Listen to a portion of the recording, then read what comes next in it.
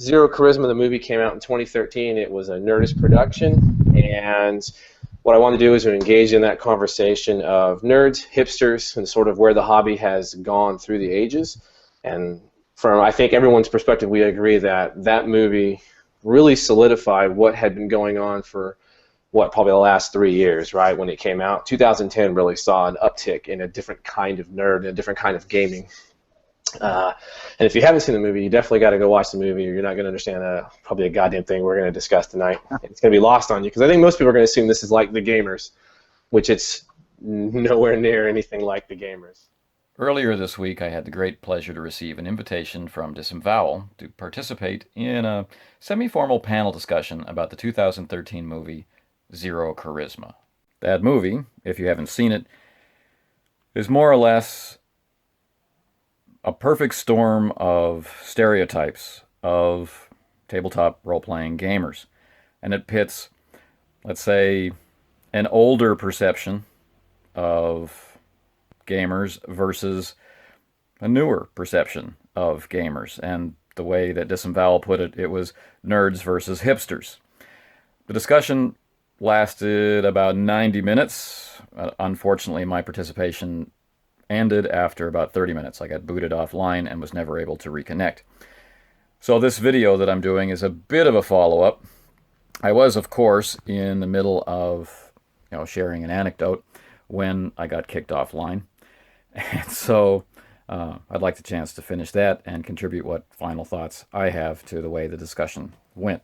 If you haven't seen the discussion, there's a link to Disemvowel's channel in the description box, and I do hope that you'll check that out if you have or haven't seen the movie.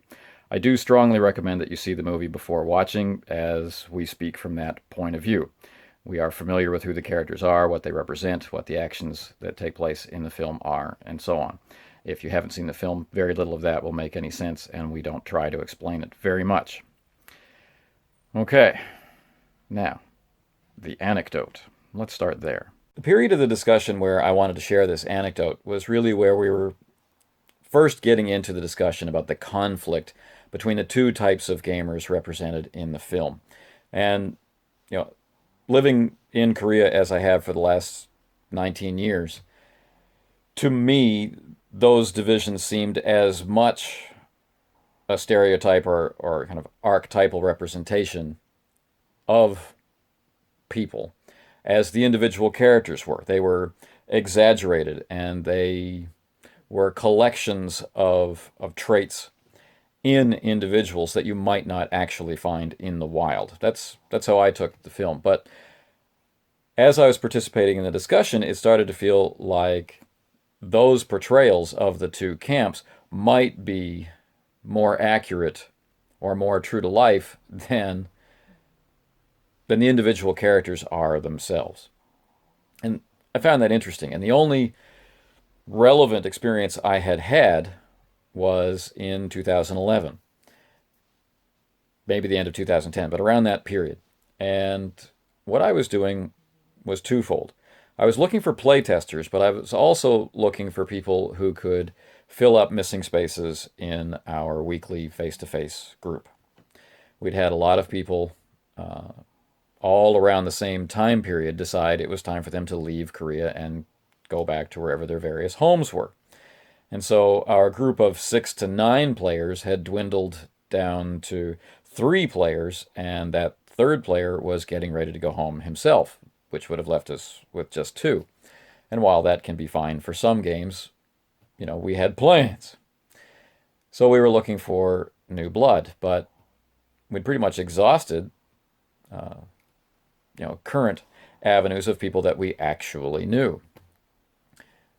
So that meant going online to find new players, which was a strange experience in and of itself. And I ended up using meetup.com, which was, for the most part, positive, except that the majority of people that wanted to participate either for board games specifically, or more across the board, were looking for a more casual commitment to gaming. And by that, I'm not talking about how they would play at the table, I mean how often. There didn't really seem to be the type of people who were interested in an ongoing campaign with a single system, or some kind of setup of rotating GMs with weekly participation. What they were looking for is to be notified if there was a game going down that they might be able to join if they felt like it at that time. Where if they changed their mind before the game actually took off that day, they could not show and it would be no harm, no foul. So it was that kind of people that we were mostly meeting, significantly younger than us.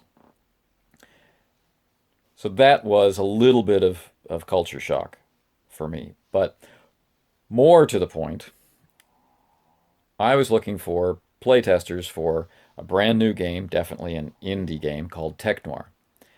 And my use of that playtest was just to see how the game worked, but also to see how the players played, because I was trying to recruit for Hollow Earth Expedition. Would I find people who could get into genre as much as Tech Noir required, get into character as much as that game required, and if so, if I could find those people, would they be interested in a 1930s style pulp adventure? So this was going on. But when I met these people, of course, and they get a look at my aged countenance, I'm pretty sure that they expect me to bust out OD&D or, cast Holmes or Moldvay in their faces and say, this is the one true way of gaming. I could see this tension in them. And, they were very quick to tell me that they'd played D&D, they'd played, 4th edition, they were interested in Pathfinder and whatnot. And I kind of felt like this was an effort to placate me or to find a way to connect with me. Of course, followers of this channel know I haven't played D&D since the 80s, and I play pretty much everything else, including the newest games. And so I found that funny. They had much more experience with D&D and in its modern incarnations than I will ever have. Their perception of what an older gamer would be interested in were preventing them from seeing what kind of gamer I actually am and what kind of conversation I was trying to have. And so I started asking them what they had played because I just needed to break this pattern. And I really didn't want to talk about D&D, especially editions so far removed from the D&D that I had played. And so we shifted from gamer anecdotes into what have you played? And one of the fellows came forward and he'd really only played 2 games. He'd been playing D&D and he'd played Dogs in the Vineyard. And he really liked Dogs in the Vineyard and he wanted to talk about it a lot, which was cool for me because I was looking to get a hold of Dogs in the Vineyard and, wanted to run and or play it. So I was pretty excited by this conversation. He was bound and determined to let me know that this was a great game and whatever it was that we were going to play, he hoped would be like that.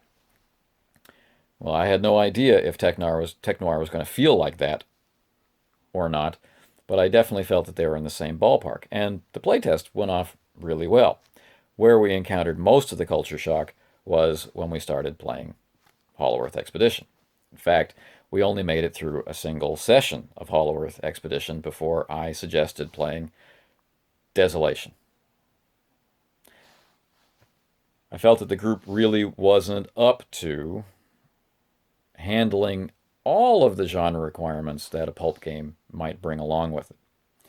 We needed to shift to more familiar territory first. We needed to shift to a fantasy-based game using the Ubiquity system. And then once they got comfortable with how the system works, we could shift out of a familiar genre into a new genre. So we wouldn't be learning so many things at the same time. And that's where I felt finally like the old guy in the room. I felt like someone trying to teach people how to game.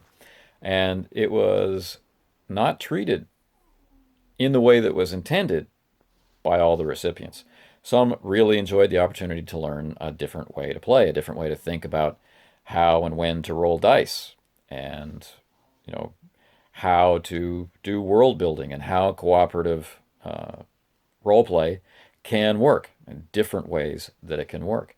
For me, the culture shock was when people would grab a bunch of dice, roll them, while I was talking or while someone else was talking, interrupt and say, perception. as if I must now stop whatever I'm doing, or the person who's describing their action must stop whatever they're doing, and we must deal with whether or not this other character whose turn it is not has perceived something about something. You know, there was a great deal of interruption among these players taken as normal, as if their role as players in whatever games that they had been playing was to be fully aware of the panoply of mechanics that were available to them and then use them without being asked, which was culture shock for me because as the game master in the types of systems that I tend to run, the game master is deciding in the back of their head, is this worth a roll now? Is this something where there's a significant chance of failure, which is worth it and interesting and produces tension to have a roll where we have to step out of the in-character interaction and move into more mechanical interaction? Is that what I want? Or is their character good enough to just let this slide? So can I let them just describe how they do it? Or can I guide them into a description of what it is that they're doing without needing to resort to a roll? It's that kind of encounter. But every time there'd be this clatter of dice before anything could be set up or framed. Perception. Whatever. Initiative. Interesting culture shock. How gaming had changed in my absence over the past 20 years. Now, I didn't end up playing with those people for very long, but I did get to recruit some very cool players that I managed to continue to game with a great deal of fun until I moved away from Seoul and came down here to Daejeon. And in Daejeon, I was just really lucky to meet a bunch of people who, all bonded together really well, and we didn't have to go through this long interview process. But that interview process, over the years, I think, has been less and less about do you have compatible personalities, and has become more and more about do you have compatible visions of what a game is. And we can see that displayed pretty prominently in the first encounters between Scott's group in Zero Charisma and Miles. Not all the effects are bad. There's some very positive influences. But there's very little discussion about this cultural divide, very little discussion about how the game is played. And this is pretty much laid solely at Scott's feet, because as we see from his bumper sticker right at the beginning of the movie, because I'm the GM, that authoritarian role, which I also find interesting, because when I first started gaming, the GM, while they were an authority, there was also system mastery. And everybody at the table was a GM. And you might be running the game today, and later today, one of the other guys at the table will be running the game. And so the sense of that one person holding all the power all the time was something I did not encounter until well after I left college. I didn't meet a game master like Scott in the movie until I was already an adult. One of the really interesting points that was raised after I got kicked out of the conversation was, that sounds funny, after I got kicked out of the conversation, after I lost my ability to participate in the conversation, it was discussed how Scott and his group of gamers before Miles, the newcomer, enters the mix, how they were an example almost of arrested development. They were playing the game pretty much the same way they always had from when they were teenagers. The discussion hadn't changed, their table rules hadn't changed, and they treated each other likely how they would have when they were teens. And yet here they are, significantly older people. One of them is married and quickly exits the group as the setup for what these people are like. The stereotype that this is what a gamer is, someone who is wrapped up in the past, or is wrapped up in fantasy, who's wrapped up in this very small circle of friends that has no room for expansion. This I also found very interesting, and I wondered why it got so much attention until I began to see the film, as I mentioned in the discussion, as an origin story, as an attempt to look at who is this Game Master character? Who is Scott? How do you get that guy? Where do those elements of that guy in you come from? I found the film had some value from that perspective. And I began to move away from the idea that this was really an examination of the hobby and was more an examination of this divide that the others were, making apparent to me, and an explanation of where these gamers come from. By the end of the movie, I felt it was less a demonstration of a hobby than it was insight into people that you meet. A way to establish empathy. Now, I did not like the character of Miles by the time I got to the end of the movie. And I did not like his role in the movie at the beginning. He comes in and he's charming, but he's not trying to be a member of the group. He is disruptive. And while many of the things he's disrupting the flow with are positive, there is a sense of competition, which of course is another stereotype that exists in our group, but in my experience is not one of the core defining aspects of our group.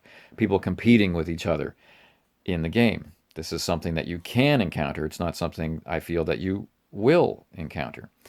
And so again, this perfect storm of negative traits combined together highlighted the struggle for power at the table when the new player comes, and the shifting alliances or allegiances that happen as a result. People want to play more like the way Miles plays. And they like his injection of humor. They like the fact that he's unpredictable and wild, turning their backs on the epic 3-year campaign that their game master had obviously been investing a lot of himself in and was exploring some pretty important and serious stuff. Nobody was talking that, the game is getting too serious. We miss playing in a more lighthearted manner like we used to. The relationships in the group were frozen, and the injection of Miles caused that ice to break and break the relationships apart. The actual events of the movie I don't find as important as the relationships that those events show. All of the problems that we get to explore in great detail, all the problems that went to create the character of Scott, I feel are more the point. Who is that guy? Where do those traits come from? Is there, some kind of redemption for that guy?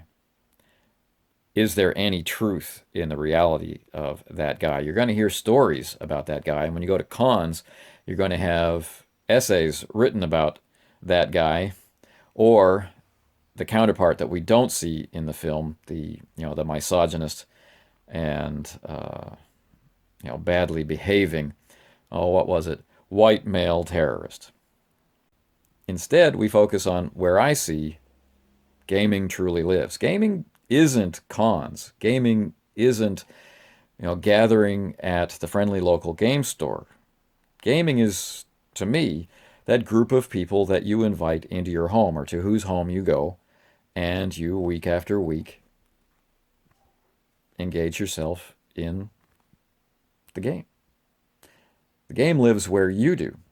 And sometimes you can trot it out in public and try to, in a sense, preach to the choir, or at least attract some tourists from being tourists into moving into the community. But eventually you have to leave the con, eventually you have to leave the game store and go home and go back to playing with your regular crowd. sometimes that regular crowd will fragment, and you need to expand your definitions of who is in or out of that crowd. And it's not always easy. Everybody in that circle is going to have to learn something.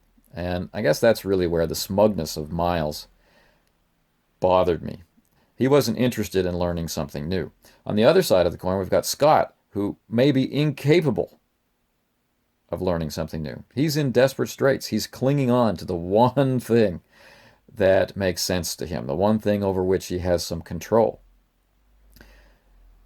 It's unfortunate that he sees the game as something to control, but that's maybe neither here nor there. In the end, the group falls apart, people move away, people learn some ugly truths about each other, and our main character, perhaps our only real character, Scott, moves away and starts a new group. He comes away from that slightly changed, perhaps. One of the reasons why I started my blog in the first place and then later had that transition into the YouTube experience was simply the fact that I'm someone who really enjoys games and learning about them, talking about them, figuring out how they really work and that sort of thing. And not every gamer is like that. Not every gamer is that into it. Some of them are really into their character right now. Some of them are into their system. Some of them are into the camaraderie, and the list goes on and on. The spectrum is broad. Not everybody wants to sit down and talk about the things that I want to talk about.